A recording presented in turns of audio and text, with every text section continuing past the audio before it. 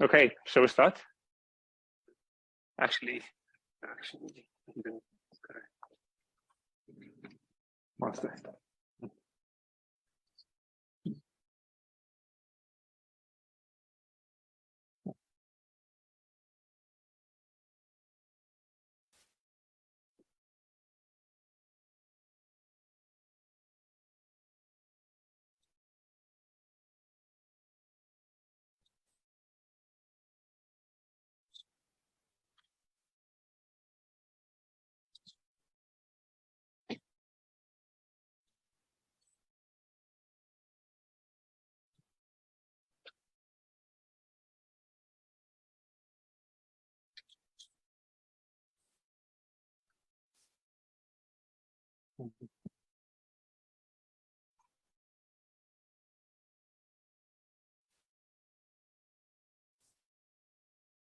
One, two, okay.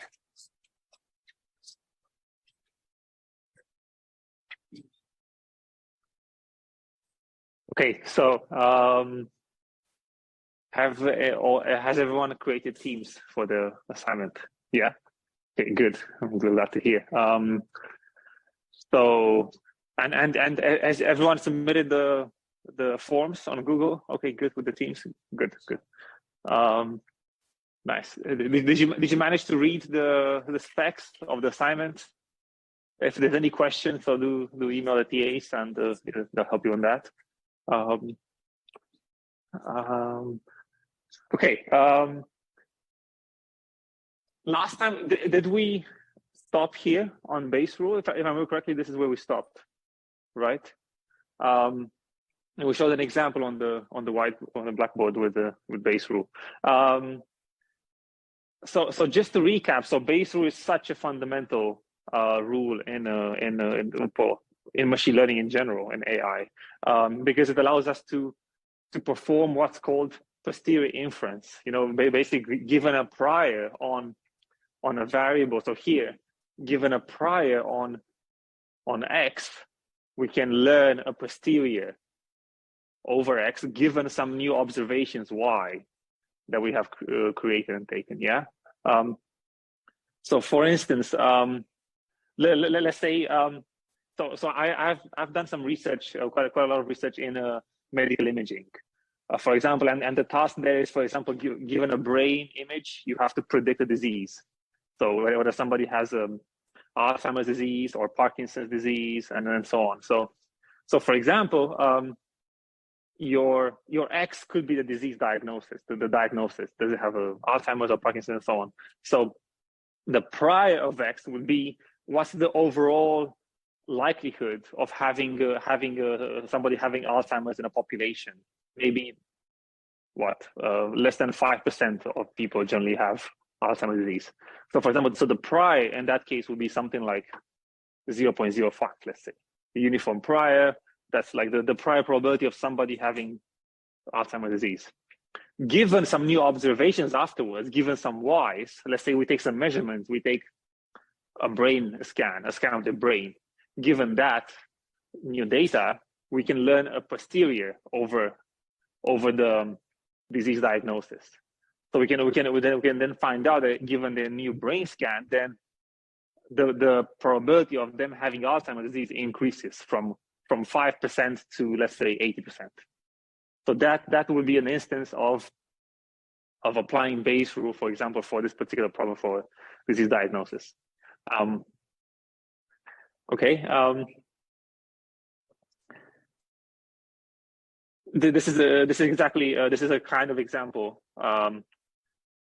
related to what I was talking about. So if we have something like a cause and effect, again, the same thing, we can find out what's the posterior over the cause given an effect from a prior by applying Bayes' rule, basically by seeing the effect and then finding out what's the likely cause of that effect. So for example, here, if we have some variables, let's say a variable M is meningitis and S is having stiff neck. So we have that the likelihood of having stiff neck given meningitis is 80%. the prior probability of somebody having meningitis is 1 in 10,000, 0.001, and the prior probability of somebody having a stiff neck is 0.1. So that's 10% of people generally have stiff neck. So then we can compute a posterior over of somebody having meningitis given these observations.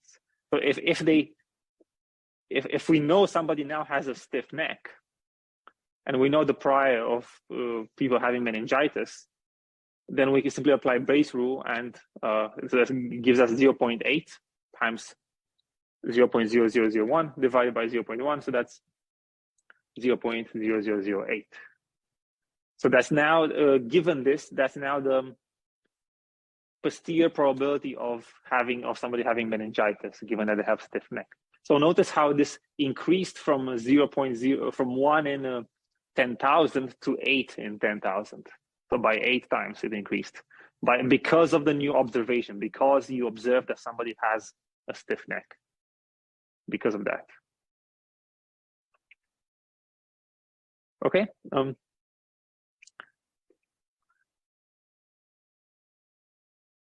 So the posterior probability of meningitis is still very small, but it has increased 8-fold now, the rate of that. Okay, so this brings us to the idea of probabilistic models. So what do we mean by trying to build probabilistic models? Well, in general, models generally describe how the world works, are an approximation of the world, and generally models are maybe always simplifications. They simplify the complexity of the world so we can make predictions about the world. So they may not account for every variable, for all the interactions, but they are useful for making predictions nonetheless. So so there's this famous quote that all models are wrong, but some are useful, and this is exactly right. So all the models will be wrong because there will be approximations to something very complex, but nonetheless some will be very useful for us to make predictions. And here we in particular want to build probabilistic models. So we want to reason about unknown variables. We want to reason about uncertainties in these unknown variables. Do I have meningitis? Do I not have meningitis? We're not sure. Even a doctor, when they give a diagnostic, they're not 100% sure you have meningitis. That accuracy or even doctors' accuracy is not always 100%. Sometimes you need more additional testing to find out. For example, I worked on Alzheimer's disease in my research. A doctor's accuracy of diagnosis of Alzheimer's disease was around 80%, 70 to 80%. The gold standard of diagnosing Alzheimer's is by taking a biopsy from their brain. You take a biopsy sample, and you put it under the microscope and you analyze it, and that's how you can tell much more accurately than a doctor whether somebody has Alzheimer's. But nonetheless, we're still interested in trying to make predictions as best as we can with the available data. So here the purpose of Bayesian networks are to basically use this Bayesian framework to facilitate making beliefs, not making beliefs, to facilitate making predictions given our collection of beliefs, and to make explicit causality relations and conditional independence assumption, and using conditional independence assumptions among the beliefs. So, and we can also provide a more efficient way to update the belief strengths when we're given new evidence, in the presence of such new evidence.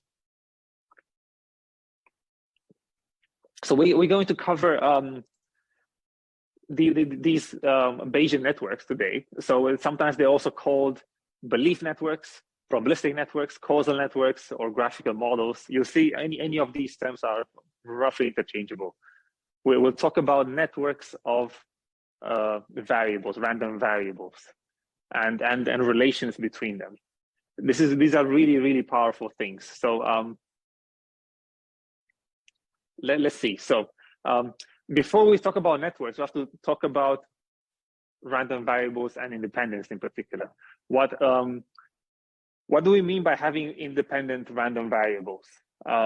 So two variables, x and y, are independent by definition if P of x given y is equal to P of x. This means that if we know something about y, if you know the value of y, it doesn't help us to deduce anything about the probability of x. It doesn't give us any new information. They're completely independent, doesn't give us any new information. If x and y are independent, the following statement also holds. So if P of x, and in particular their joint distribution, P of x and y, factorizes into the marginals, in the product of the marginals, P of x times P of y. How many of you have seen this before? So just an idea of the familiarity. Have you seen that relation before? Product, okay, breaking the marginal, good. So we write it as x is independent from y. And in general, for n different variables, x1 up to xn, again, the joint distribution of the variables will factorize into the product of the marginals. So P of x, x1 up to xn is P of x1 times P of x2 times P of xn. Oops, sorry. Notice the reason why this is important to make these independent assumptions is because it reduces the number of parameters we have to estimate. So initially, instead of having n to the power of d parameters, we, after assuming independence between variables, we only need n times d. So it's a linear number of parameters. We don't need to make it to really estimate parameters for all the combinations. So what about conditional independence? What do we mean by conditional independence? So two variables x and y are conditionally independent given z if P of x given y and z is P of x given z for all the values of x, y, and z. So that is, learning the value of y does not change the prediction of x once we know the value of z, or given the value of z is fixed. And equivalently, again, the joint distribution of x and y given z now factorizes as the product of the marginals of the conditional marginals P of x given z times P of y given z for all the values. This is also an equivalent statement. If also if this holds, if this equation holds, then it means they are conditionally independent. So these are if and only if relations. And for this one, we write it as I of x, y given z, or x independent of y given z. Yes, question.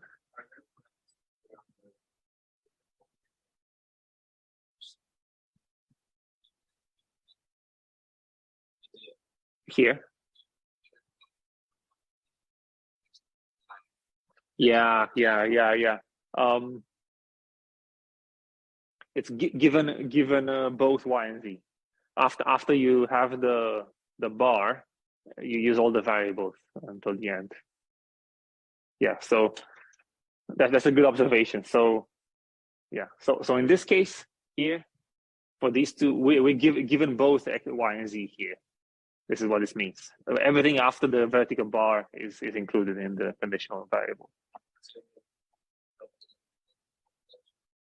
Here, this one here. Yeah, the same thing. Yeah. And again, now this one is a joint distribution of x and y given z. So this is a distribution in 2 dimensions given a particular fixed variable of z. So what this one means, actually, I can draw here.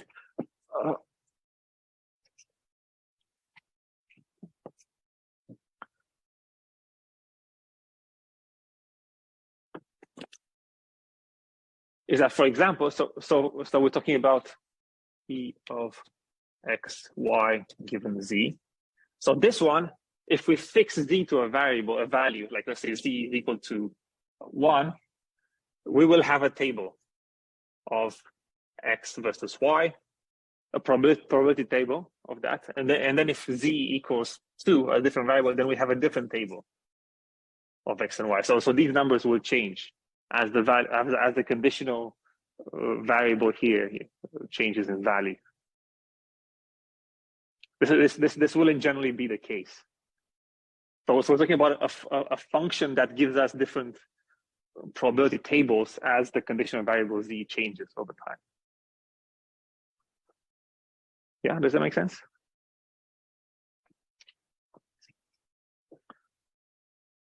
Okay.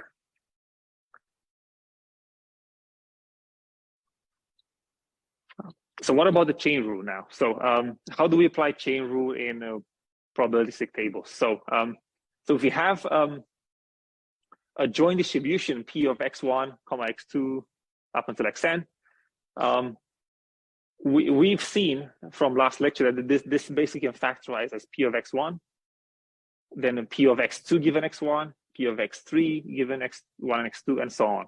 So we can choose a particular ordering and then basically condition on the first one, then on the second one, and so on.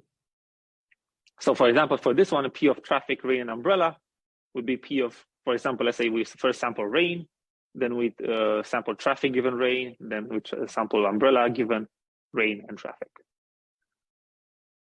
But now with having, for example, conditional independence assumptions, for instance,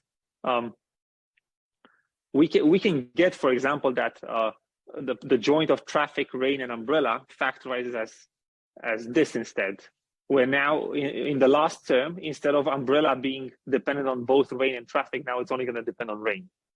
We can say that, for example, the umbrella would be independent of traffic given rain.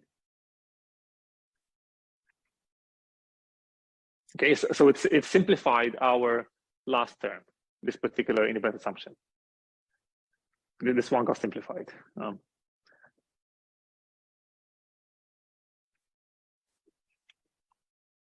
Okay, so the idea is that these Bayesian networks, as a big picture, are basically a technique for describing complex relationships between these unknowns, between these random variables, and there's basically, we have many random variables, we have many relations between them. It's like we have an arbitrary graph. We will see very shortly. I'll show some examples, but we can basically use them to learn about, to put in our relations and then basically learn and estimate from them. And in particular, this graph structure will simplify the number of parameters we have. So instead of assuming everything is related to everything else, these independent assumptions will basically simplify our graph structure, and then it will simplify our inference. We can then make inference much more efficiently. So this is an example of a Bayesian network, for instance, in the case of a car. So we have different variables, random variables, telling us, for example, the age of the battery, whether the alternator is broken, fan belt broken, whether the battery is dead, whether it's charging or not charging. We have a battery meter, whether the battery is flat, we have oil or gas, and so on. And then finally here we have, for example, things like more observables like lights, whether we see the lights are working, whether the oil light is working, whether the gas torch is working, and so on, and whether the car will start or not. And sometimes we might not know the values of these variables, so we have unknowns. For example, we don't know if the battery is dead or not. We have to. The only thing we know is that we can see the battery meter. So sometimes we have to infer from the other variables whether it's actually because, for example, maybe the battery meter is dead, but the battery is still working, for instance. So that could happen. Maybe the connection to the battery meter got screwed up. So it's all these complex relationships that we're trying to learn and make inferences from. So more broadly, we have a single notation representing our conditional independence assumptions. And as syntax, we have a set of nodes, in particular one node per variable, and we have edges, direct edges that go from each one node to another node. And we also we'll have a conditional probability table for each node given its parents.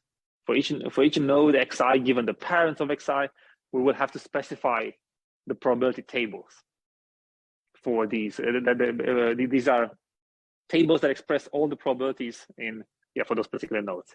Let's see an example. So a very simple example with two variables. So we have here rain and traffic, two variables, R and T. And one model could be that they're independent. So if they're independent, it means we don't have an edge between them. We just have them as separate nodes, R and T. Yeah.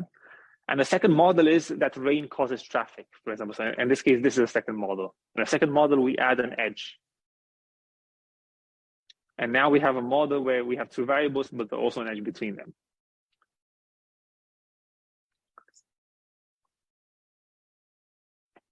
So why would an agent using model 2 be better? Why would that help to have the relationship encoded? Anyone? Yeah. You can better estimate the probability of traffic. Yes, exactly. If you know whether it rains or not, you can tell. You'll be able to better estimate whether the traffic will be more congested or not. Yes. Here's another example. So this is again medical example mostly. So we have, for example, this is like about a tooth, whether we have like so we have a toothache. We have a cavity and we have catch, and basically we also have a fourth variable, which is weather. And now, for example, do we want, so we added edges here, from cavity going to toothache and to catch, but for example, we don't want the weather to influence that.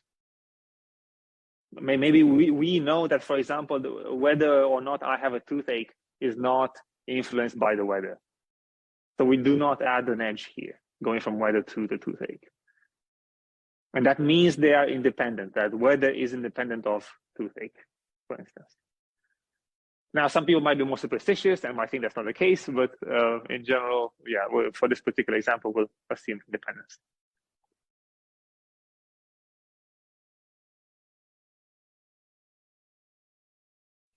So in particular, Bayesian networks implicitly encode joint distributions.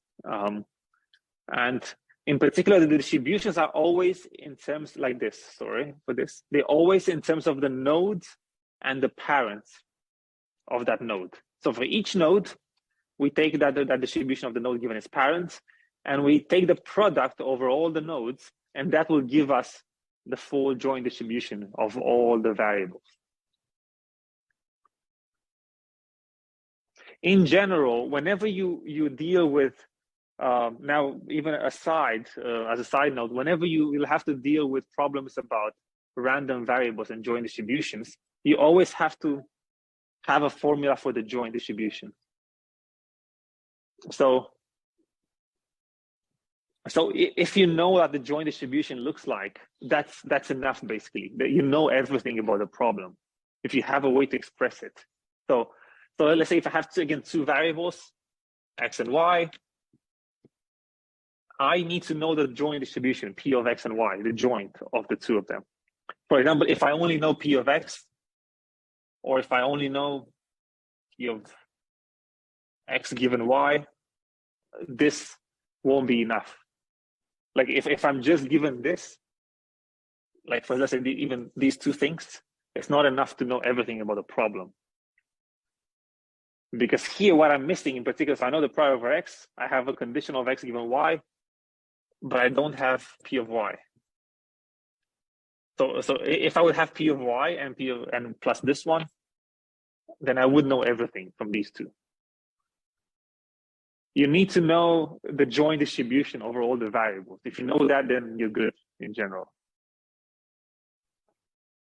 And this is not even for Bayesian networks, this is for other kinds of frameworks. And in particular, Bayesian networks, the way they break down the structure like this into this like directed, it's called a DAG, directed acyclic graph, in which we take each node based on the parents. But you can do any other ordering if you want. You can choose to reformulate them in a completely different way. So here, for example, this is a toy model. So we have, again, cavity, toothache, catch. This would be, what would this look like? Can somebody tell me? Let's write it down. So what would that look like as when it's factorized? So we have So first we have the joint. We start with the joint always of cavity to the so cavity, tooth, catch.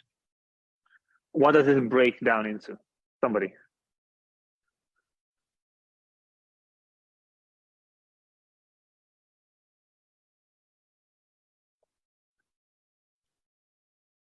Anyone?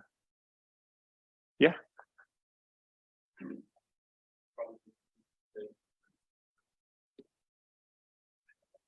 PF2 yeah. Given cavity, got it.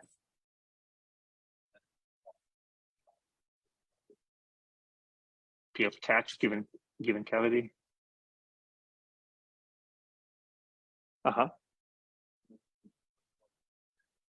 Yeah.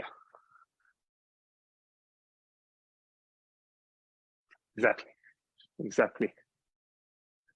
So we take each child given the parent. So we have a toothache is a child given the parent, there's a cavity, again, catch given cavity, and child given parent. Just like in the formula here.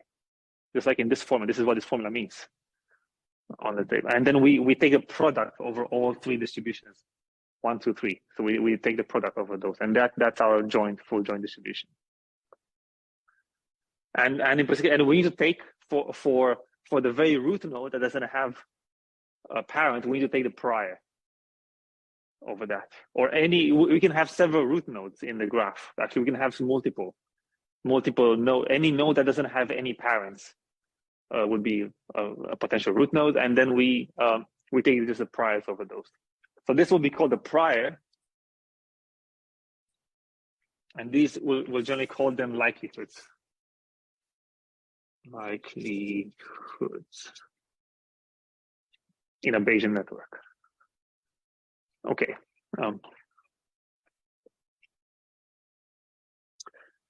Example number 3. So for example, let's say you're at work, neighbor John calls to say the alarm is ringing, but neighbor Mary doesn't. Sometimes the alarm is set off by a minor earthquake. Is there a burglar in the house? That's the question. So, was the alarm set by the earthquake or by a burglar? Let's find out. So we have several variables. We have burglar, we have earthquake, we have alarm, and whether John calls or whether Mary calls.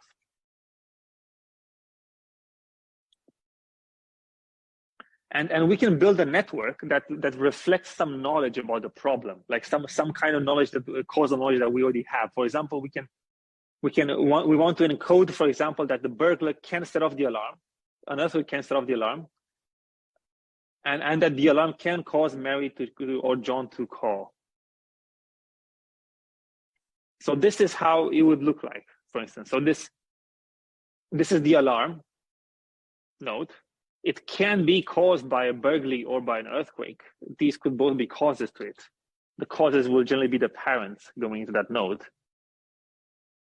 But then the alarm could then, if it's set off, then it could cause John to call or Mary to call us to let us know that the alarm is running off in the house.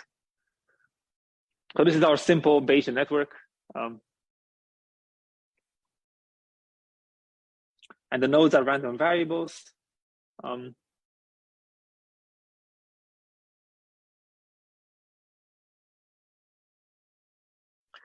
generally we have, again, as I said, like there's an intuitive meaning about each edge. Each edge means it refers to a causality relation. So X causes Y. And this will be called, again, we'll call this a DAG, or which stands for directed acyclic graph.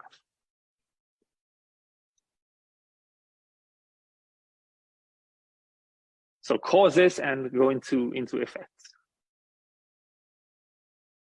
And in particular, we also need to assign probabilities to each of these nodes or conditionals. So we assign probability tables to the root nodes, to the middle node, and to the bottom ones also. Like this. So, and what this means, these these variables are all Boolean, so they're all either true or false. They're binary. So this means that P of B here of 0.001 means that the probability that the burglary variable is true would be 0.001. Let's say for earthquake, probability that earthquake will be true is 0.002. So low chances of these things occurring. But if we have both an earthquake or a burglary, the probability of the alarm ringing is 95%. If we have just a burglary, 94%. If there's an earthquake, it could turn off the alarm in around 29% of the cases. So that's, and if none of them are present, the alarm could still go off by itself very, very rarely in 1% of the chance. 0.001, so one less than 0.1%. And also, if the alarm rings, then this could generally cause John to call with a probability of 90%. Maybe in the rest of the cases, he's not home. He's not home to call us. He doesn't know this himself because he's out in town, and so on. But these are all probabilities, all uncertainties. But even though we have uncertainties, we can still reason about them. We can still find out a lot of inferences. For example, we can find out, if we have a burglary, what's the probability that John will call right away from here to here? Because we first have to go through the alarm to see what's the probability of an alarm happening, given that the burglary happened, and then to John and so on. But we can make much more complex inferences like this. Yeah.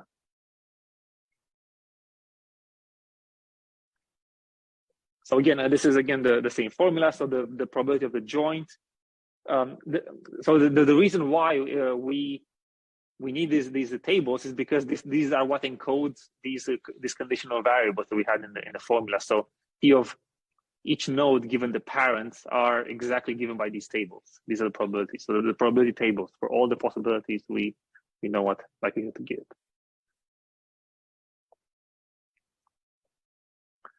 So how do we compute how do we calculate the joint probability in a particular scenario? Let's find out. So the probability of not having a burglary and not an earthquake, but having an alarm and John calling and Mary calling. How do we find out what's the probability of this event happening, this particular set of circumstances happening? So we simply break down, use the formula of the Bayesian net to break down the joint into the product of the conditionals. So we first start with the roots, so the probability of the burglary, which is not burglary because we have a negative variable here. The probability of not an earthquake, this one here. Then we go to alarm, so the probability of an alarm given we don't have a burglary and we don't have an earthquake, and the probability of John calling given there's an alarm, and the probability of Mary calling given there's an alarm.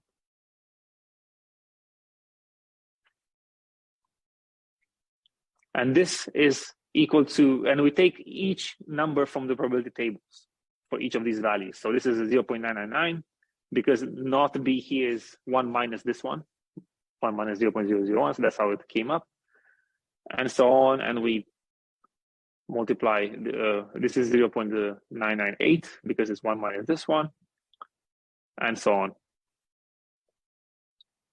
And we get a very low probability of 0.00062 of this particular event happening.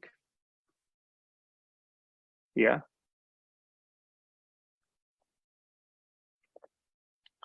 So in general, even if we have so this means that even if we have no burglary or no earthquake, the alarm could still go off, and John could still call us, and Mike could still call us. It's a very rare event, but it could still happen.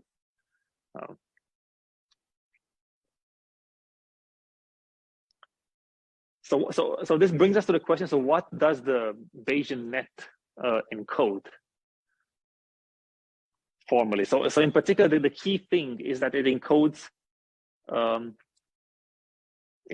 independence assumptions.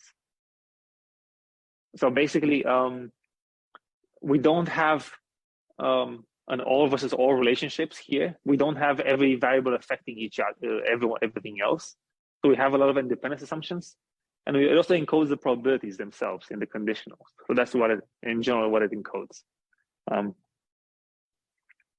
So in particular here, that each of John calls and Mary calls is here in these cases, these are independent of the burglary and the earthquake, given whether there was an alarm or no alarm, because we don't have direct edges going from John calls all the way to burglary or to earthquake, or vice versa, or the other way around.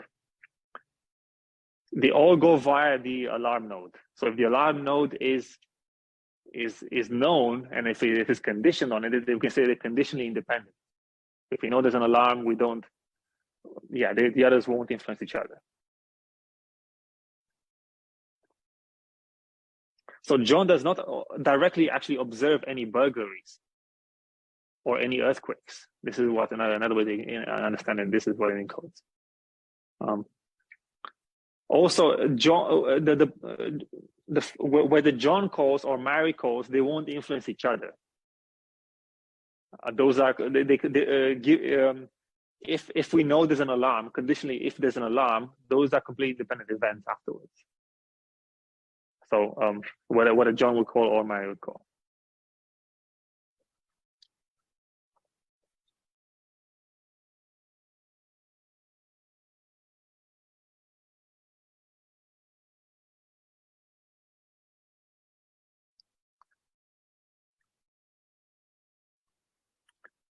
Yeah.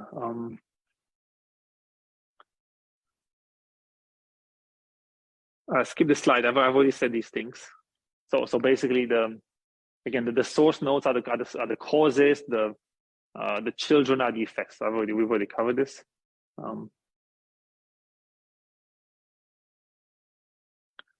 How do we construct a Bayesian network?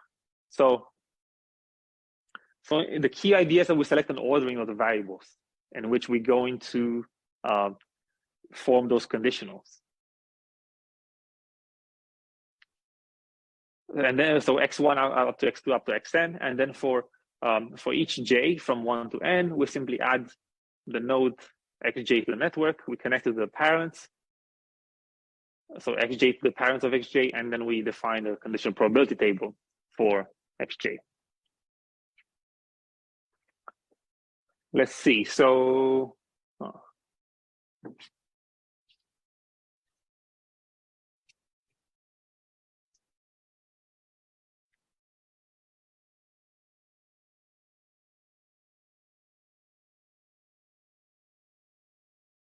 actually, I'll do it a bit later.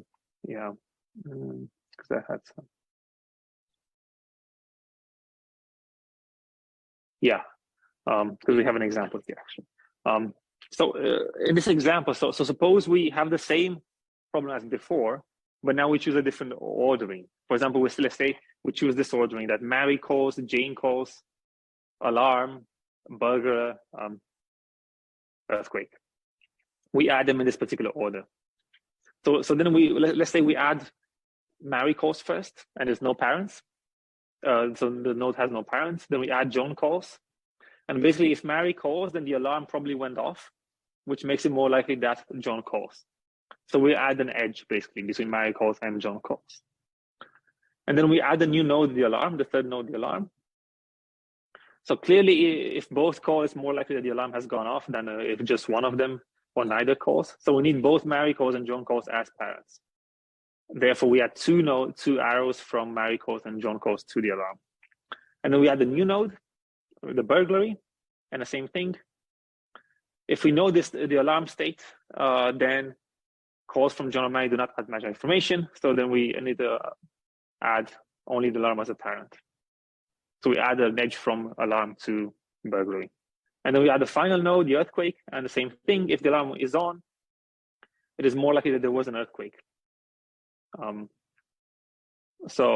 if there was a burglary, then that explains the alarm, so it will make the earthquake slightly less likely than with only the alarm. Hence, we add both alarm and burglary as parents.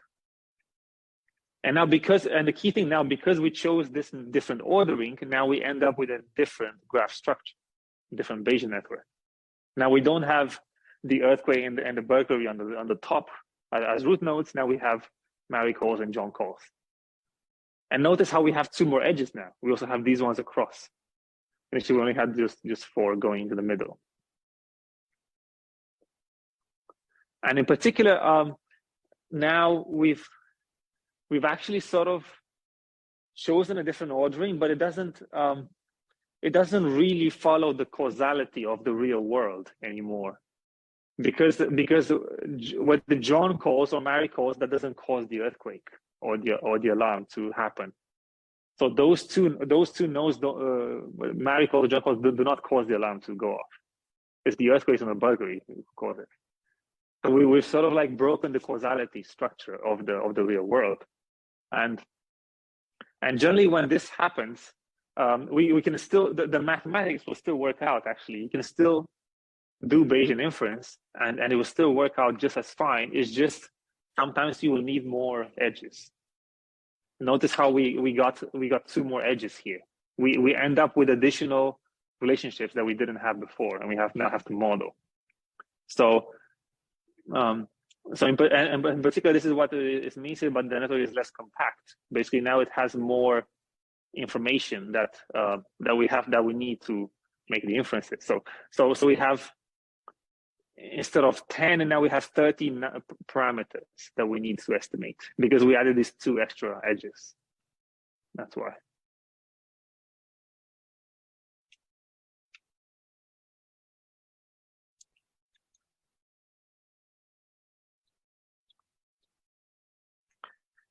And in general, if we stick to a causal model, which means that a model that follows the causality of the real world, then we can end up in general having fewer parameters that we need to estimate, because we'll have fewer relations between the variables.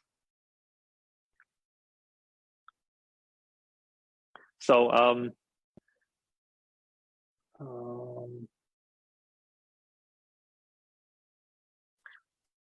why don't we stop here and take a 5-minute break, and we'll continue after break. And we'll also do a short exercise, class exercise on the website on the second part. Okay.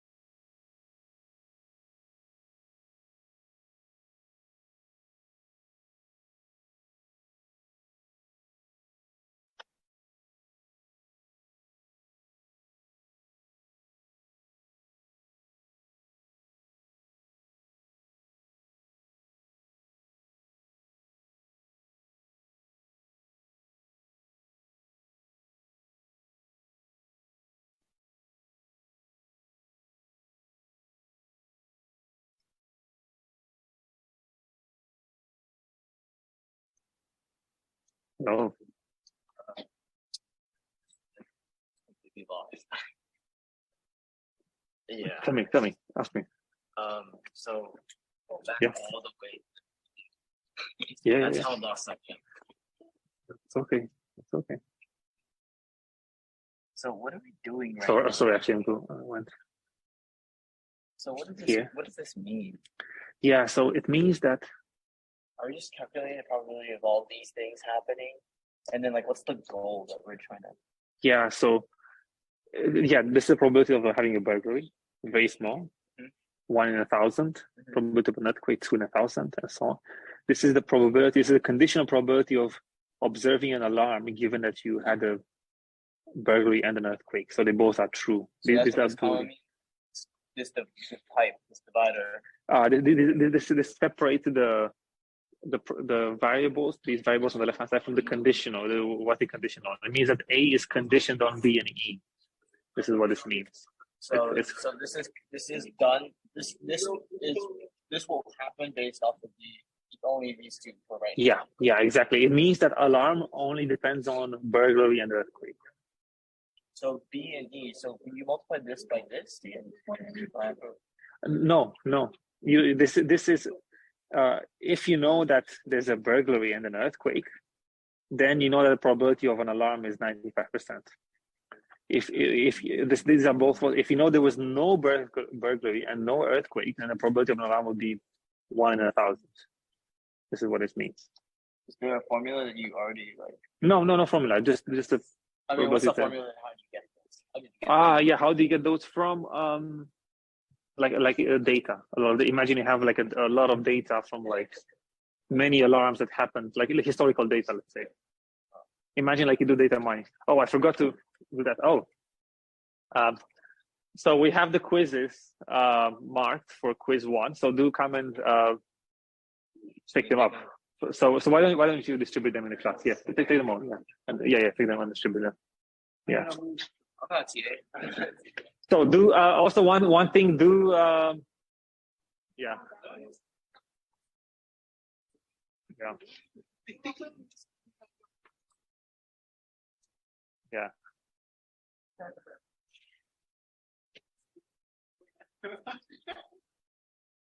Yeah, why don't you take some like this? Yeah. So get some. Yeah, we can go through them also.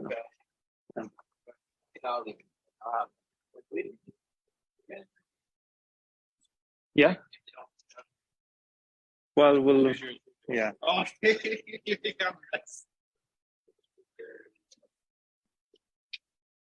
Yeah.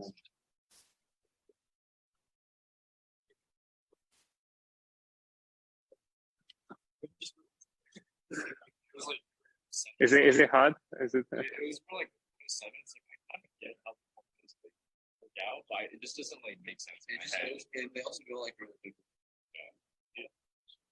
CSC 107. It's just the same thing. 107. What was that course? 107. It was the statistics. Yeah. Have you done any Bayesian stuff? Oh, you did. It was like, yeah.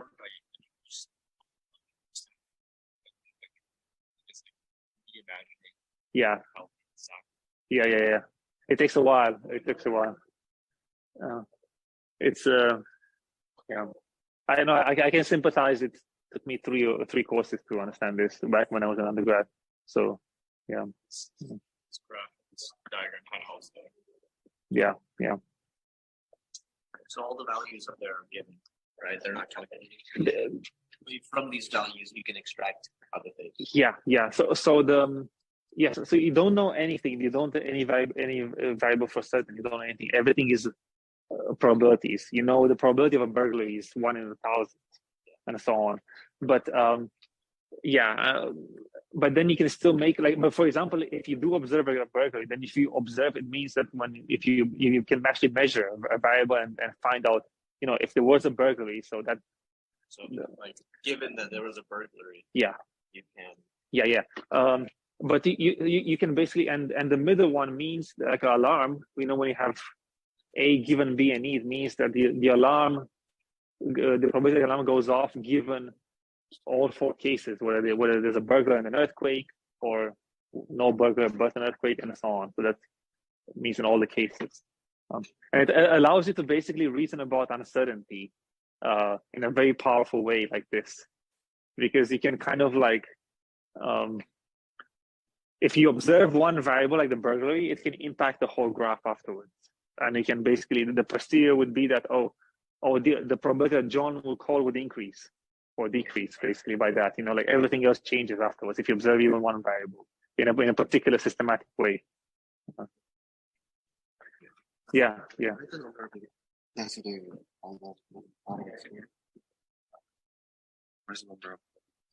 This is how much you got. These are the points. I don't know. I don't know what this means. I didn't grade it, so ask Brian. But yeah,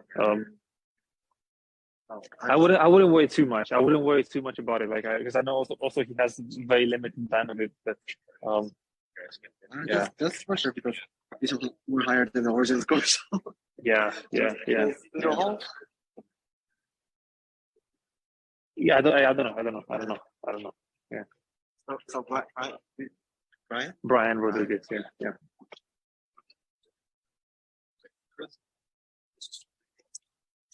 Yeah.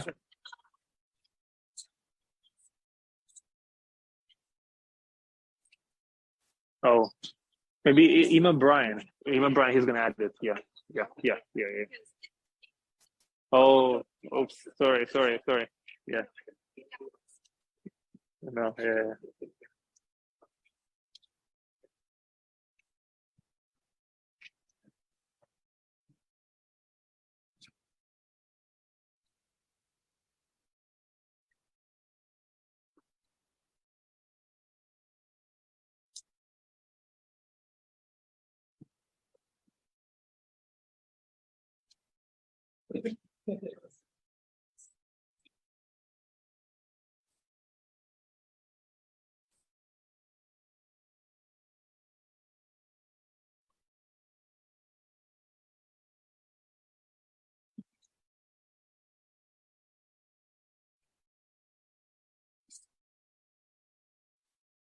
I won't hand it. Sorry. Yeah.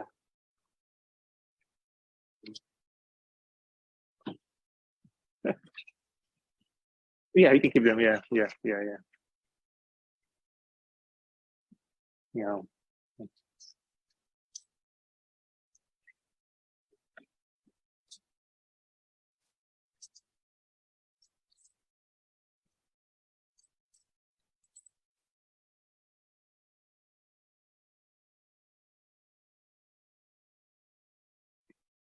Got a great credit, but Uh-huh.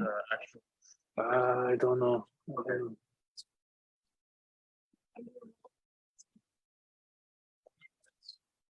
and right on the grade scope.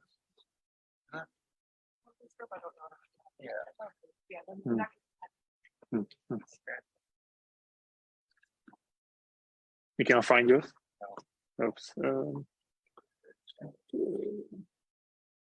Yeah. Yeah.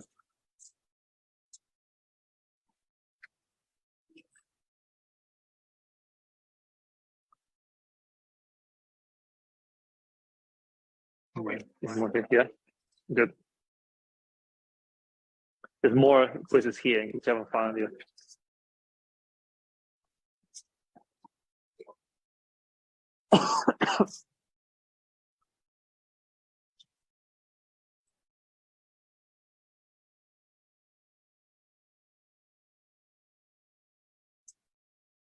Okay, shall we continue?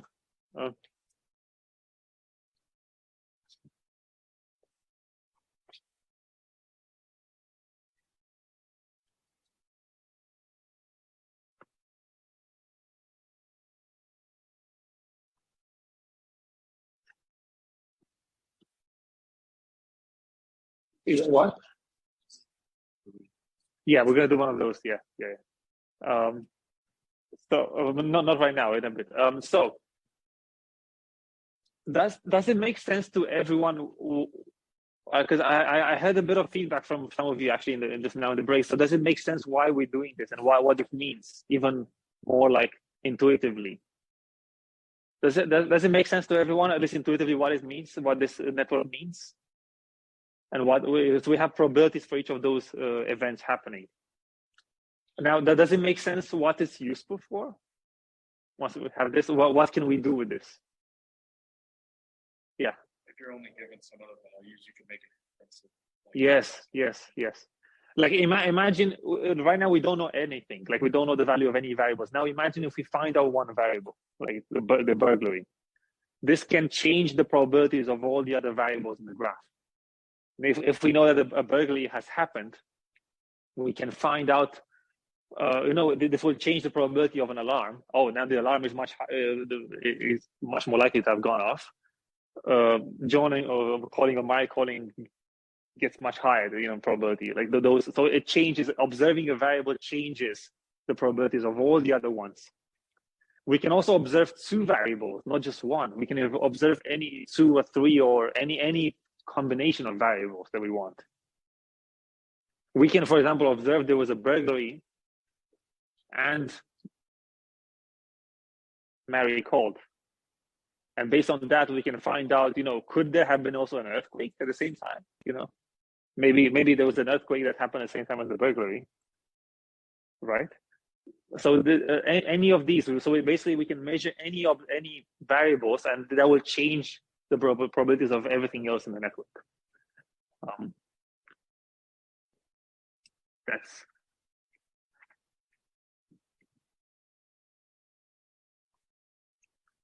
And another thing I want to say is that when we make observations, and we haven't really gone through this yet, we can also make soft observations or partial observation, which means, for example, we change the distribution of the burglary. For example, we think there was a burglary. Like now we change it from 0.001 to 0.9. We can change that, we can update the belief on that. And that will also potentially update everything else in the graph again. We can also do these kind of soft assignments.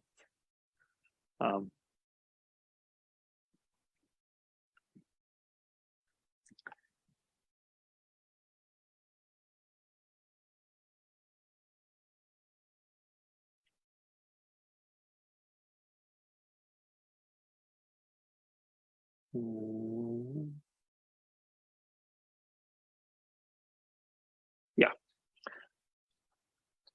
Just 1 second. Yeah, okay.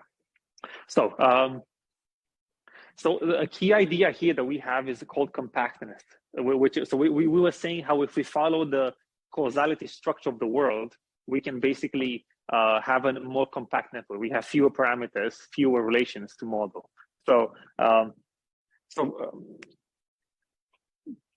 In particular, let's count out how many parameters do we need. So for example, for a conditional probability table for Boolean variable xi, if xi variable xi has k parents, which are Boolean, then we have 2 to the power of k rows in that table, because we need for each combination of the parents.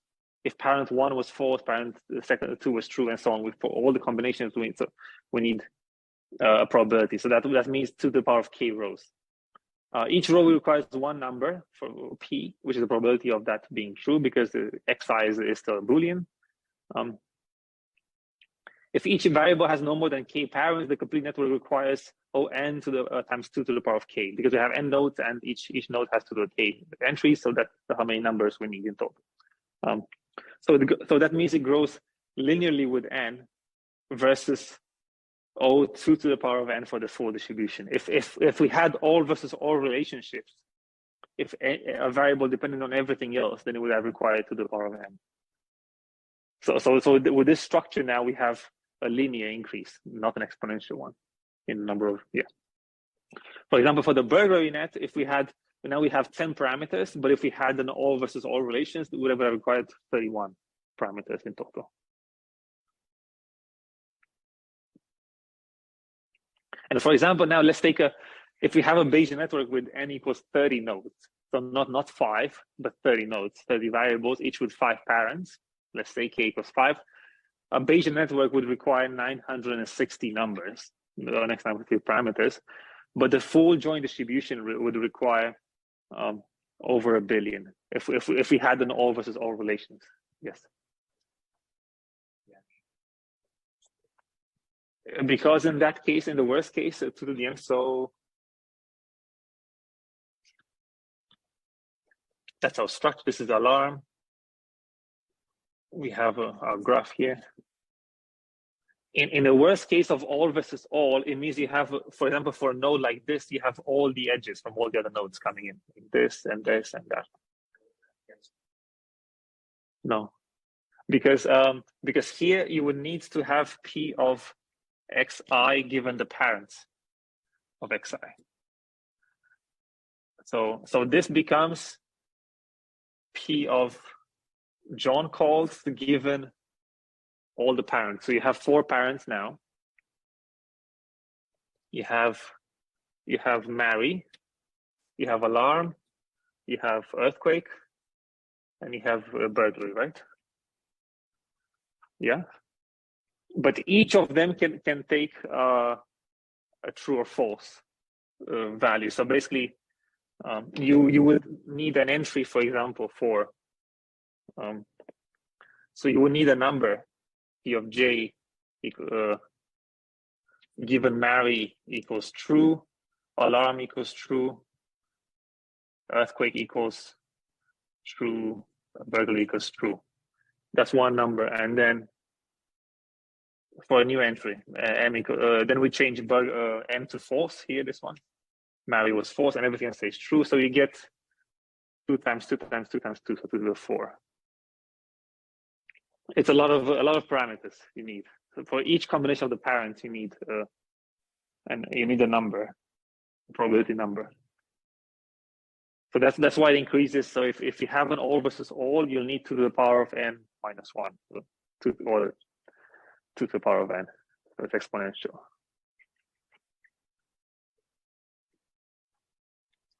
So this comes because here you would have 2 to the power of 30 parameters, 30 minus 2 to the power of 29. So that's why you get over 1 billion.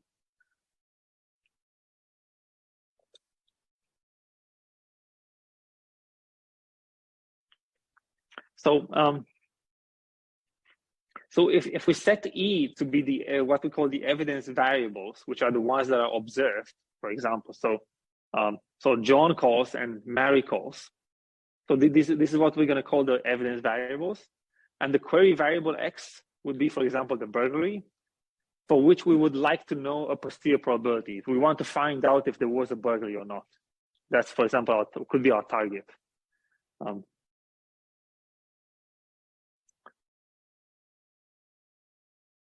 So these observations, John or Mary, for example, are depend on the burglary, for example. So if we enumerate, John calls true, Mary to true, then we need to find out what is the probability of the burglary from our tables. So that's the general inference procedure. So we want to find out the value of a particular unknown variable. And we'll cover next time, not this lecture, but next lecture, how we actually compute that for any kind of inference in the Bayesian networks. But for now, we're just defining what's the problem. So we want to find out the probability of a query variable like a burglary given the observations, like John calls and Mary calls. And we could have several different types of inference patterns. For example, we can have something called like a diagnostic setting where, for example, the query variable is upstream and our evidence is downstream. So we're trying to find out something about kind of like a cause of this observation. We can also have something like a causal type of inference where basically the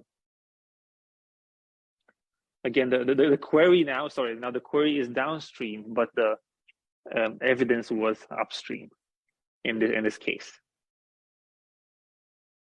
So the evidence was causing what our query.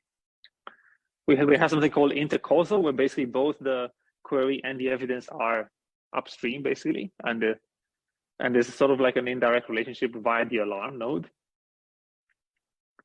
And here, just to recap again, so query means we're trying to find out. So the green is the query. The green is what we're trying to find out the value of, and red is the observation that we made. And sometimes we can have mixed. For example, we can have mixed kind of inference where we have both observations both upstream but also downstream of the query. So that's called a mixed inference.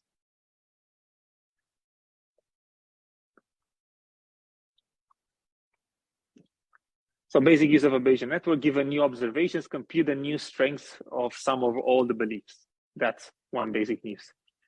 And another use is, given the strength of a belief, which observation should we gather to make the greatest change in the belief strength? And the second one is a bit more tricky to understand, but it's also possible. We can also find out, and there's a field in particular in reinforcement learning, which is a subfield of it. It's called active learning. And basically in active learning, some of you might have heard, it's basically people are trying to find out what's the best data I can collect that will change the behavior of my robot, for example. And that's called active learning. It's not asking what the robot should do, it's asking what information it should collect for maximal gain in some kind of function.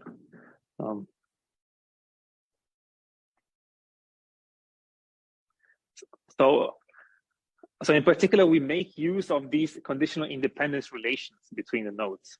So each random variable x is conditionally independent of its non-descendants given its parents.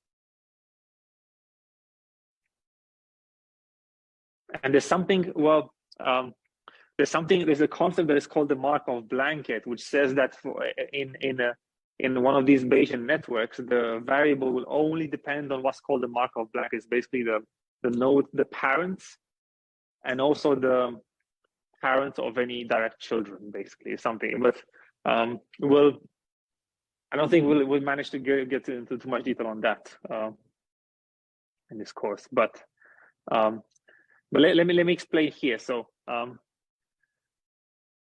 this is a path in a graph. For example, this is our Bayesian network: radio, battery, spark plug, start, gas, and moves. We can have several types of nodes. We can have something called like a linear node, which basically on this path, we have one arrow going in, another one going out. We can have diverging ones. So basically we can have nodes coming out of a node, and we can also have converging nodes coming, arrows coming into a node. And there's something I won't explain right now too much detail. I think I'll stop here, but we'll go into it a bit more next time. Some of these relations can tell us about independence. Sometimes if a node is on a path, for example, like that, then it can basically block off the dependence assumptions between two variables. If we do observe that node, then we can basically block off the information flowing to that path. So the nodes on two, for example, so if we have a radio and gas, then if we take spark plugs and we instantiate it, then that will make radio and the gas independent, conditionally independent on, say, spark plugs. That's roughly the idea. But I think I'll stop here. Let's do the quiz now. Let's do the exercise, and we'll continue next time. So let's do it.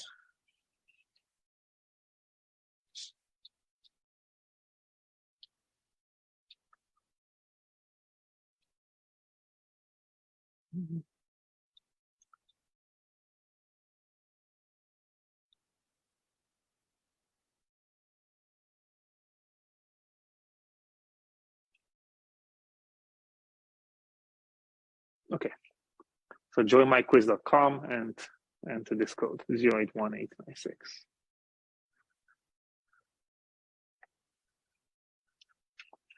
You will need a piece of paper also on this, so you do bring a pen and paper.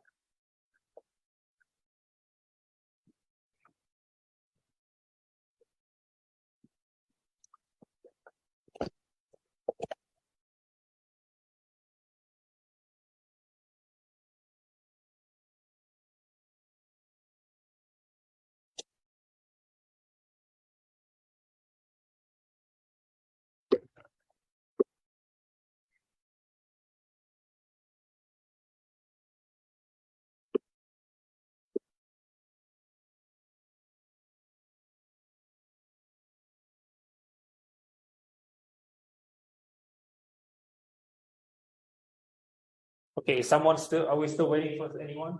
Correct. Okay, so let's start. You can still join. Okay, this code is here, down there.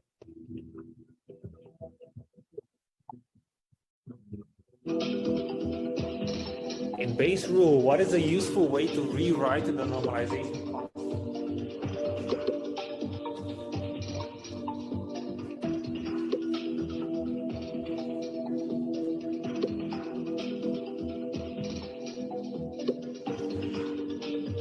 Are given here what you're given base rule and what they mean. So we have the posterior in red, the likelihood in blue, the prior over y, and the normalization constant.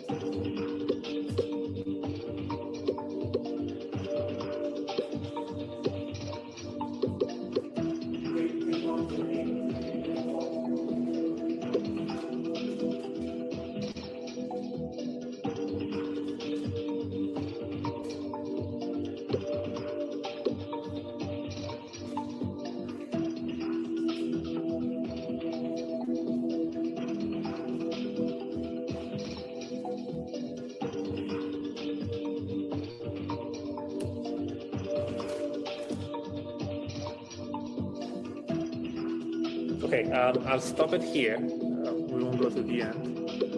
I'll stop the question early. Okay, are we done? Yeah.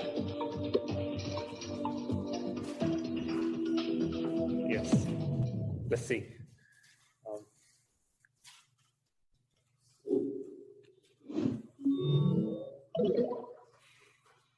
No, but I want to see the results. Oh, yeah. So we got many votes on this one, on P of X given Y, P of Y, and this is summed over Y. We also have P of sum over Y over P of XY, sum over Y of P of Y given X, P of X, or can I rewrite it? So let's go through it one by one. Let's start from the back. Can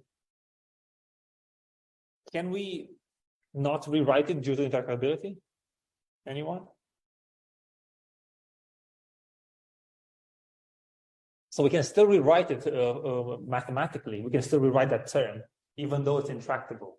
So then that's not something that stops us. Basically, tractability is something that tells us only we cannot compute it maybe on a computer, for example, exactly, but we can still rewrite mathematically the terms.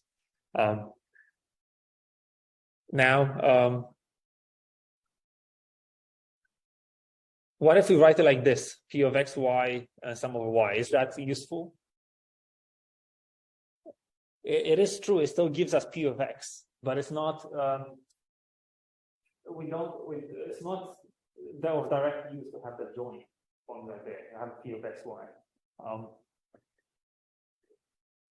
But if we have it like this, if we have P of X given Y, P of Y, then basically we given it exactly in terms of the likelihood and the prior that we know from Bayes. Because in Bayes' rule here, we know these terms. We know, we generally know the likelihood in blue, P of X given Y, and also the prior, P of Y. So if you write it in those terms, it's useful. It's generally very useful to rewrite that line of P of X in the those.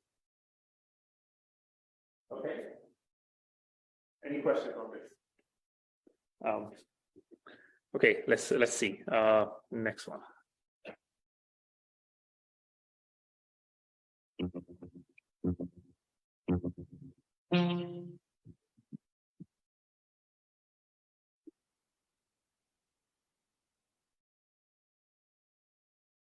For the burglary example, what is the value of not seeing a burglary? So exclamation mark means not.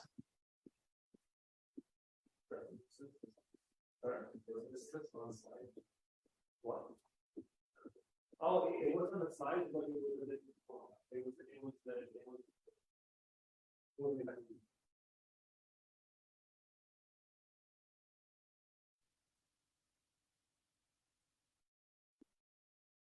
On the slide, it was with the these were negated, but you have to do the same as in the slides.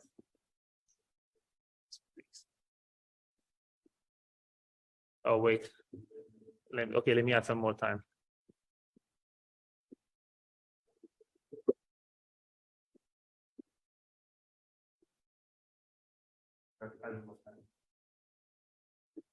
So let's take a minute here.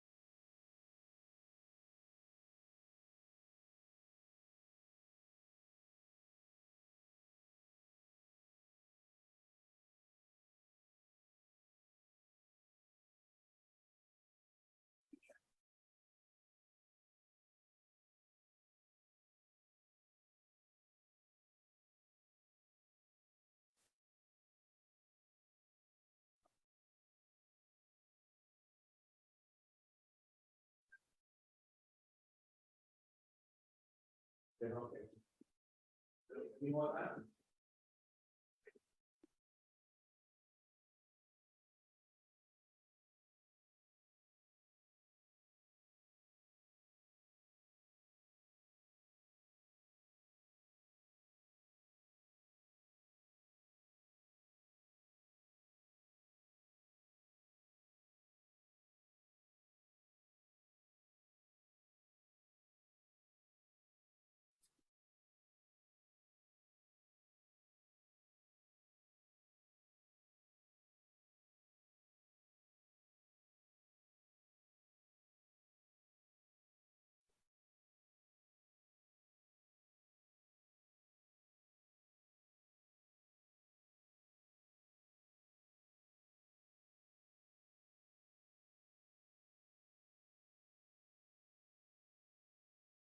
Does anyone have any questions?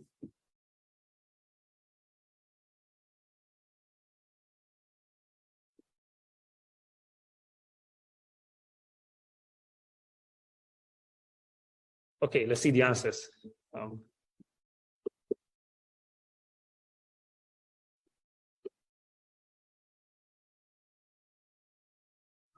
Responses.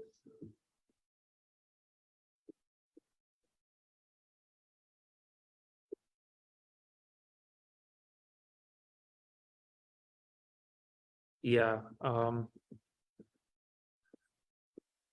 Yeah, I like it actually more in this kind of form. So we, in general, why don't we do it on the board actually? So for not B, so we simply multiply the probability. So P of not B, P of not E. So yeah, let's do this. P of not B, not E, A, not J, not. Now, from the graph structure, now we can this joint is equal to the product of all those conditional probabilities. So P of not B is a root node, so that's only it's on itself. Then what comes afterwards? Not E, P of not B, and then yeah, not B and not B. We have to keep the negations here, so because this is B Berkeley equals 4, so we have to keep those. And then P of J given A, P of N given A. Actually, not J and not M, right? Yeah. So this is not. And then we extract the numbers from the tables. So P of not B is 1 minus that, so that's 0.0999. P of not E is 0.998 times P of A given not B and not E is 0.001 times J given not A is 0.05. 0.05, and that one is 0.01. So we simply multiply these all together. Yeah.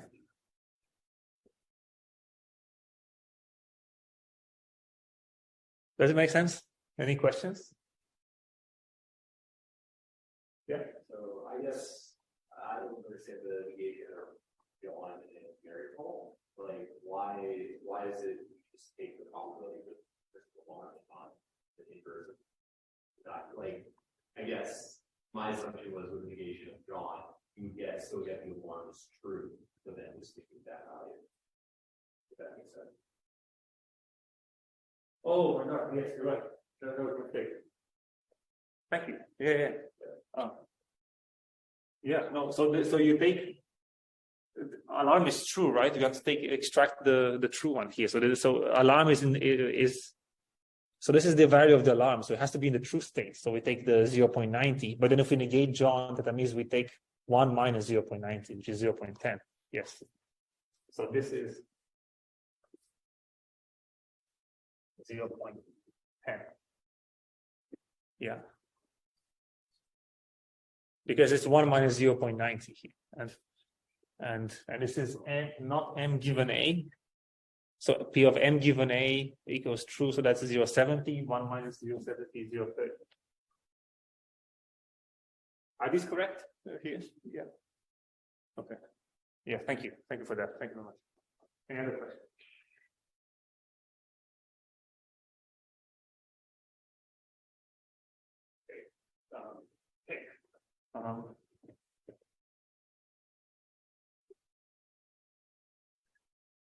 Final question.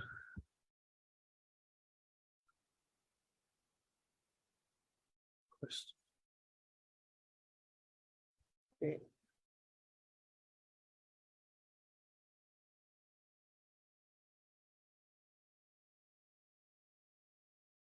Somebody got it correct. Or at least in this form. Yeah. But I think some of you have multiplied everything together. Okay. Sorry? It's actually not true. What?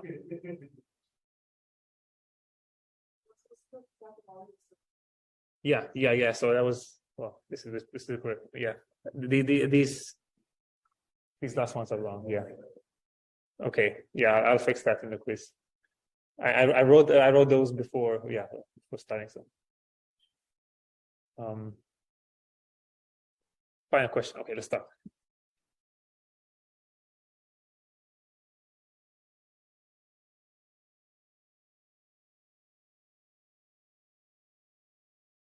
For the burglary example, what is the probability of an alarm?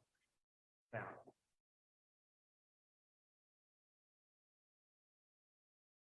So, and hint, P of A is the marginal from the joint. Here. B and E.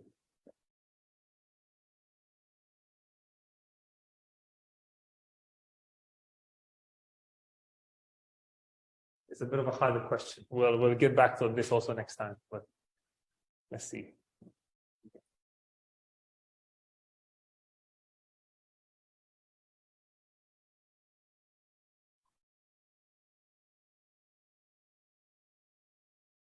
Okay, disable the timer. Let's take a look.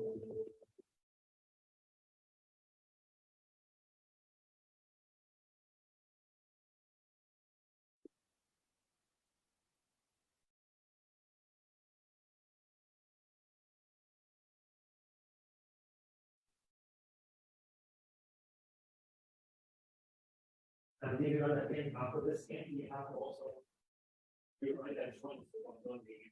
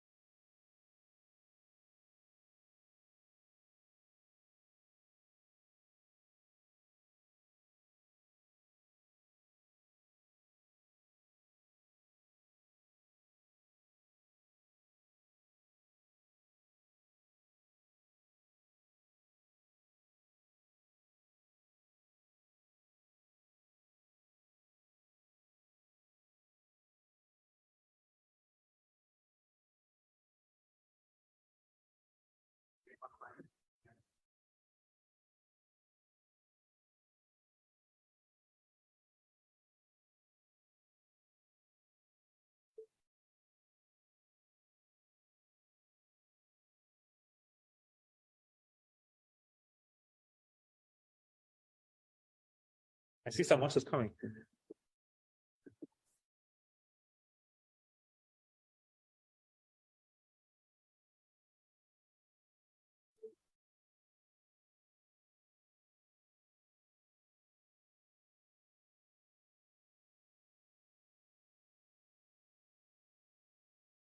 Okay, let's see what we got. Okay, can I finish?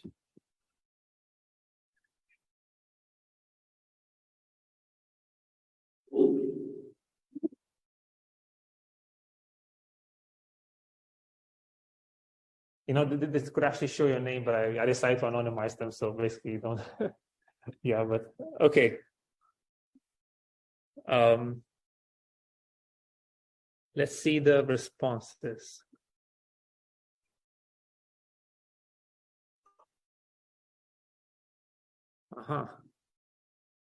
Yeah. One thing to say, well, yeah. One second. Second part enrollment is tomorrow. Actually, between 0 and 1.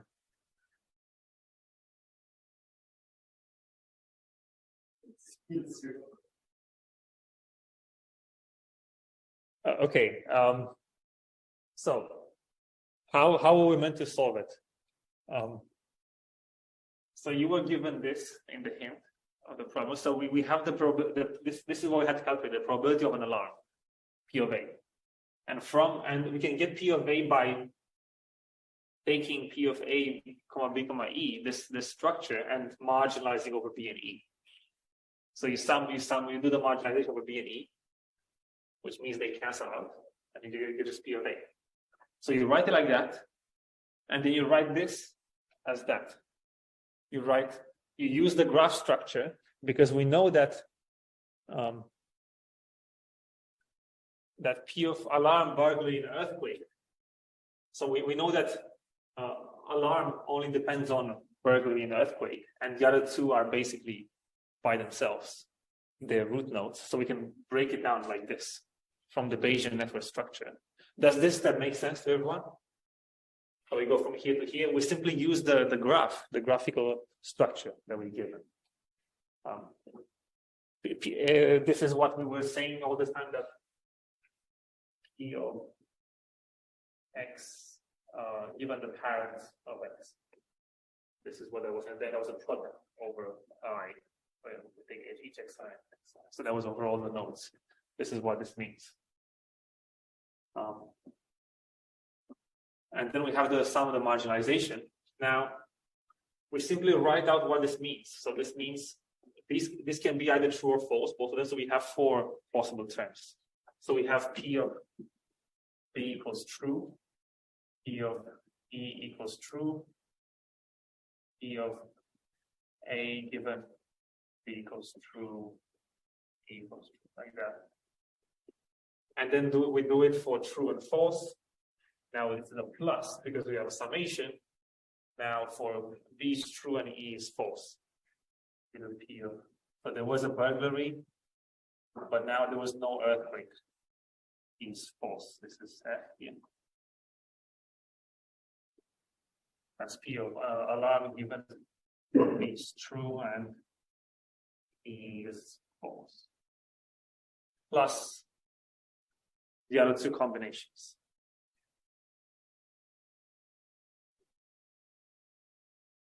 Plus 2 more, and each of these numbers we get them from the graph. So P of B is 0.001 times P of E is 0.002 times P of A given A equals to true given B and E, which is 0.95. So that's for one row, and we do the same for the other 3 cases, and we add all the numbers. I mean, I didn't want to do the dimension, but just to kind of understand how you get the numbers and how you do the calculation. Does it make sense? Any questions? Do ask any questions, please. Yeah. So if we were calculating the example challenge, will we be multiplying E of J given A?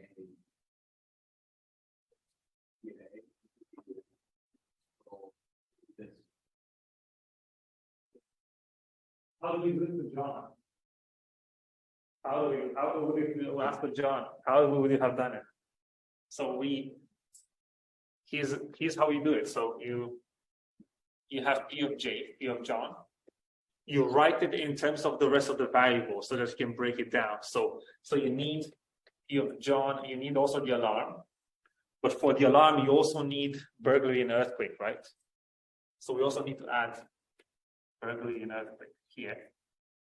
And it's a bit of an art, but you'll tell with exercise how you actually do this and which ones you need to add. You need to add all the parents, all the ancestral parents they're called.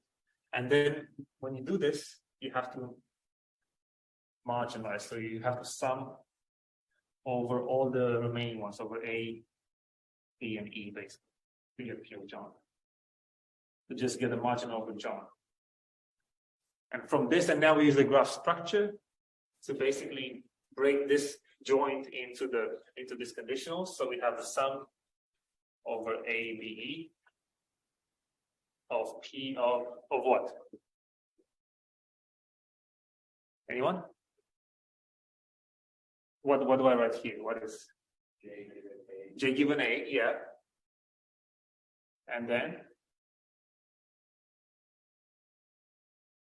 so we need A now. A given what? Yes. We need both parents for A. And then we need B and E, right? So P, which is P of B and P of E.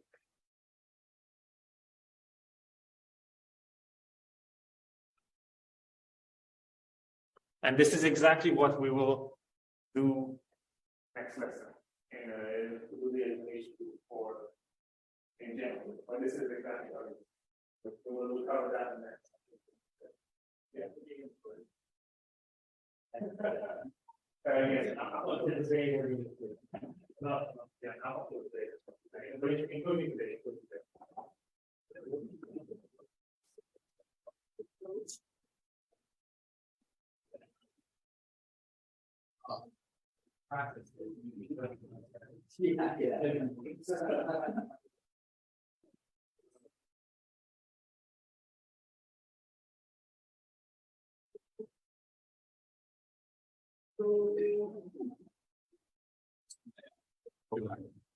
Oh, of course. Sorry. I also have a question about the I know tomorrow or Friday is the first check of the group project. What are you guys expecting? Was there today the first check? Or zero check? There's another one on Friday. Okay. Yeah. There's the second one on Friday. Yeah, the second. Yeah. What time is it due? At 5 p.m. 5 p.m. Yeah. What's expected for that? Ask my kids. Okay. They really kind of prepare this tournament. I know much less than that. Okay, no, sorry for that. Yeah. We'll figure it out. Thank you. Yeah. Can we just keep Yeah, keep them. Yeah. I wonder if, is there any practice material for this? Because I don't really know what we're expected to know. Yeah. There's no worksheet on it. I mean, I don't even know what the worksheet. And all I know is that propositional logic will be on the quiz, because I don't know. Yeah. I don't know how to do this. How to do it.